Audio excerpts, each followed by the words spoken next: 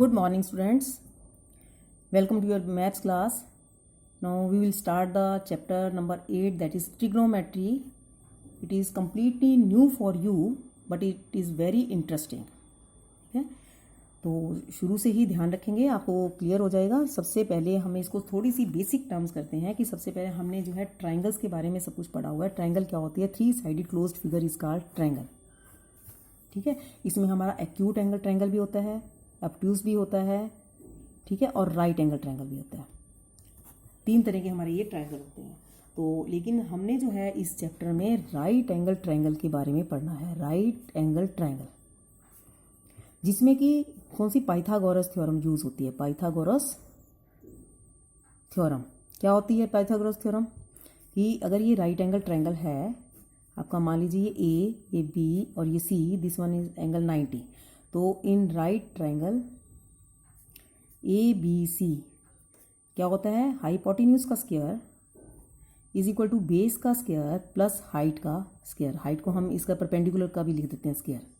ठीक है, तो ये आपका अब डिसाइड ये करना है कि कौन सा हाइपोटेन्यूज है, कौन सा बेस है और कौन सा हाइट है. ये आपको पता है कि बेस एंड हाइट ये दोनों तो आपस में, ये ए बी इसके परपेंडिकुलर है और बी सी इसके परपेंडिकुलर है, आपस में एक दूसरे के परपेंडिकुलर होते हैं. जो एंगल राइट एंगल होता है उसके सामने वाली साइड जो है ये हमेशा हाइपोटेन्यूज होता है. बेस और हाइट आपस में इंटरचेंज हो जाएंगे तो कोई फर्क नहीं पड़ता पूरे फार्मूले में और कैलकुलेशन में. सिर्फ आपको वो हाइपोटेन्यूज का बहुत ज़्यादा ध्यान रखना है. हाइपोटेन्यूज कौन सा होता है? राइट एंगल के सामने वाली साइड जो है that is called the hypotenuse. ठीक है, और बेस मान लीजिए हम बेस ही लेते हैं तो हाइपोटेन्यूज निकालने का तरीका है base square plus height square. लेकिन अगर हमने बेस का स्क्वायर बेस निकालना हो तो हाइपोटेन्यूज का स्क्वायर माइनस परपेंडिकुलर का स्क्वायर. सिमिलरली अगर परपेंडिकुलर का स्क्वायर निकालना हो तो हाइपोटेन्यूज का स्क्वायर माइनस बेस स्क्वायर. ठीक है, ये आपके पाइथागोरस थ्योरम जो है वो इसमें यूज होगी. अब आ जाइए कि इसमें ट्रिग्नोमेट्री से रिलेटेड क्या है कि जैसे आपको छोटा सा एग्जांपल देती हूँ. ये एक कुतुब मीनार है. कुतुब मीनार आपने देखा दिल्ली में जो है आपका कुतुब मीनार. यहाँ एक बच्चा खड़ा है. ठीक है, यहाँ बच्चा खड़ा है और she wants to know the height of the Qutub Minar. ठीक है, she wants to know the height of the Qutub Minar. तो वो कैसे मेजरमेंट करेगी? और बहुत सारे एग्जांपल्स हैं. जैसे मान लीजिए एक यहाँ पर ये सी है, यहाँ एक जहाज़ के ऊपर कोई पर्सन है और वो यहाँ पर एक और कोई टावर है या कोई और सी आ रहा है, तो उसको देखना है कि वो वहाँ से कितनी दूर है. ठीक है, इस तरह के क्वेश्चंस को सॉल्व करने के लिए ट्रिग्नोमेट्री का मैक्सिमम जो है वो यूज़ होता है. ट्रिग्नोमेट्री बेसिकली क्या है, इसका मतलब क्या है?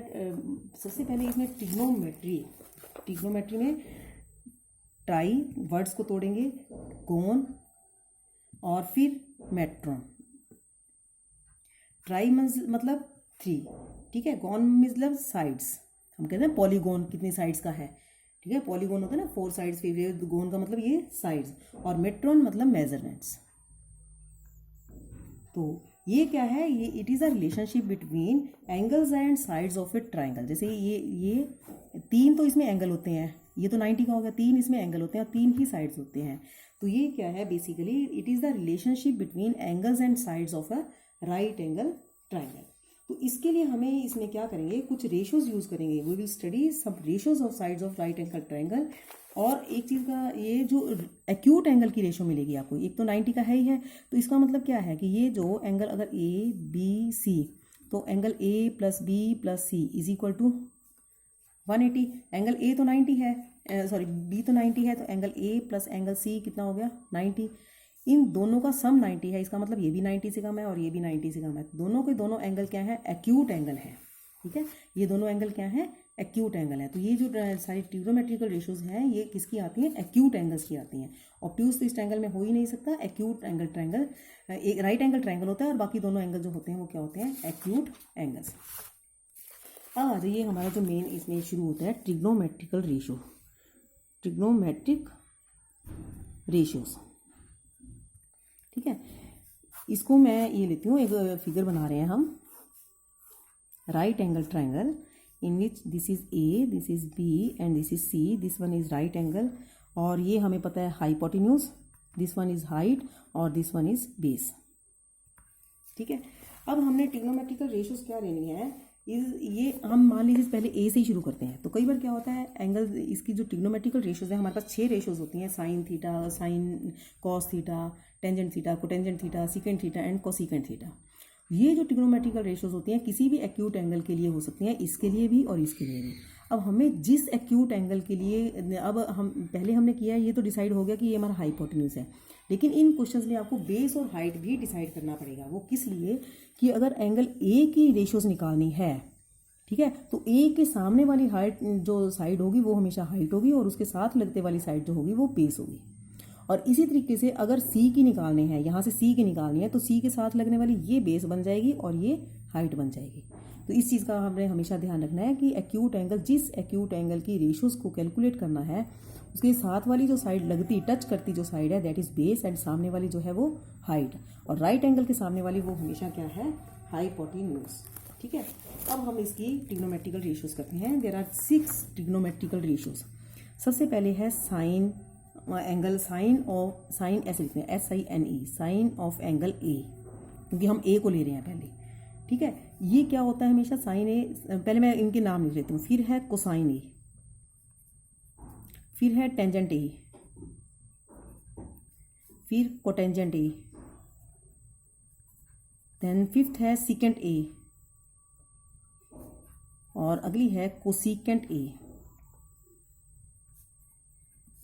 ठीक है, अब इनके शॉर्ट नाम भी, क्योंकि 3 लेटर से हम इसको लिख भी सकते हैं। साइन का मतलब यहाँ इसको शॉर्ट नाम जो हम हमेशा यूज़ करेंगे वो साइन ए लिखेंगे, इसको लिखेंगे कॉस ए, इसको लिखेंगे टेंजेंट ए, इसको कोटेंजेंट ए, इसको सीकेंट ए। अब इसको 3 में अगर लिखते हैं कोस को, लेकिन तो ये सेम हो जाएगा, इसलिए इसको 5 लेटर्स में यूज़ करते हैं, cosecant A. These are the short forms of these 6 trigonometrical ratios. अब आ जाइए कि इनकी वैल्यूज़ क्या होती हैं। साइन ए, एक्चुअली क्या होता है ये साइन ए भी, और अगर हम यहाँ पर थीटा एंगल का नाम लेते हैं, theta is the measurement of this acute angle. ठीक है, तो थीटा भी यूज़ कर सकते हैं इसको। साइन ए अगर नाम दिया हुआ है कि ये थीटा है तो या 45 है या 60 है, तो हम उसको sine of 60, sine of 45। Sine A किसके बराबर होता है, ये किसके बराबर होता है हमेशा, परपेंडिकुलर अपॉन हाइपोटेन्यूज। ठीक है, यानी कि किसके बराबर हो गया, BC अपॉन AC। फिर है कॉस ए, कॉस ए किसके बराबर होता है, बेस अपॉन हाइपोटेन्यूज। ये होता है AB अपॉन AC हो गया, बेस AB है। फिर है टेंजेंट ए, टेंजेंट ए किसके बराबर होता है, perpendicular upon base, perpendicular upon base, यानी कि BC अपॉन AB। फिर है कोटेंजेंट ए, कोटेंजेंट है बेस अपॉन परपेंडिकुलर, ये हो जाएगा AB अपॉन BC। ठीक है, फिर है सीकेंट ए, सीकेंट ए क्या होता है, हाइपोटेन्यूज अपॉन बेस, ये हो गया AC अपॉन AB। ये सब आपको याद हो जाएंगे, बहुत सिंपल है। और कोसीकेंट ए, कोसीकेंट क्या होता है, हाइपोटेन्यूज अपॉन परपेंडिकुलर। हाइपोटेन्यूज क्या है आपका AC and this is BC, perpendicular is BC। अब एक चीज़ ध्यान रखो, साइन ए और कोसीकेंट ए एक दूसरे के रेसिप्रोकल होते हैं, तो हम लिख सकते हैं sine A is equal to 1 upon cosecant A, क्योंकि देखो ये BC अपॉन AC है, यहाँ AC अपॉन BC है, यहाँ परपेंडिकुलर अपॉन हाइपोटेन्यूज था, यहाँ हाइपोटेन्यूज अपॉन परपेंडिकुलर है। इसी तरीके से कॉस ए और सीकेंट ए ये दोनों आपस में रेसिप्रोकल होते हैं, इसको हम लिख सकते हैं cos A is equal to 1 upon secant A, क्योंकि बेस अपॉन हाइपोटेन्यूज, यहाँ hypotenuse upon base. Similarly tangent A और कोटेंजेंट ए ये आपस में परपेंडिकुलर होते हैं, BC अपॉन AB और ये AB अपॉन BC। ठीक है, तो हम इसको लिख सकते हैं tangent A is equal to 1 upon cotangent A. ठीक है, ये दोनों तीनों साइन ए और कोसीकेंट ए रेसिप्रोकल होते हैं, कॉस और सीकेंट, टेंजेंट और कोटेंजेंट। अब आ जाइए कि टेंजेंट जो है उसको हम साइन और कॉस में चेंज कर सकते हैं, इसको लिख सकते हैं sine A upon cos A. क्यों लिख सकते हैं, देखो टेंजेंट की वैल्यू साइन ए और कॉस ए। साइन किसके बराबर है, यहाँ से देखो BC अपॉन AC, कॉस किसके बराबर है, AB अपॉन AC। अगर हम इसको सॉल्व करें BC अपॉन AC और ये उल्टा हो जाएगा AC अपॉन AB, ये कट जाएगा, ये BC अपॉन AB, और BC अपॉन AB किसके बराबर है, टेंजेंट के बराबर, तो ये प्रूव हो गया। इसी तरीके से कोटेंजेंट जो है उसको क्या लिख सकते हैं, कोटेंजेंट जो है वो क्या होता है, cos A upon sine A. Cotangent वैसे भी क्या है, टेंजेंट का रिवर्स है, रेसिप्रोकल है, तो हम इसको कॉस ए अपॉन साइन ए लिख सकते हैं। ठीक है, तो इन सारी ट्रिग्नोमेट्रिकल रेशियोज को आपको ध्यान करना है। अब इसको याद करने का एक आपको तरीका थोड़ा सा और बता देती हूँ। साइन कॉस टेंजेंट,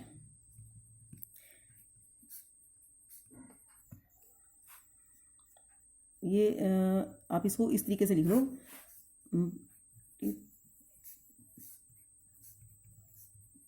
ये साइन, ये कॉस और ये टेंजेंट। ठीक है, मैंने इसको हालांकि ये कोई टिपिकल इसका कोई मेथड नहीं है, मैं आपको सिर्फ याद करवाने के लिए।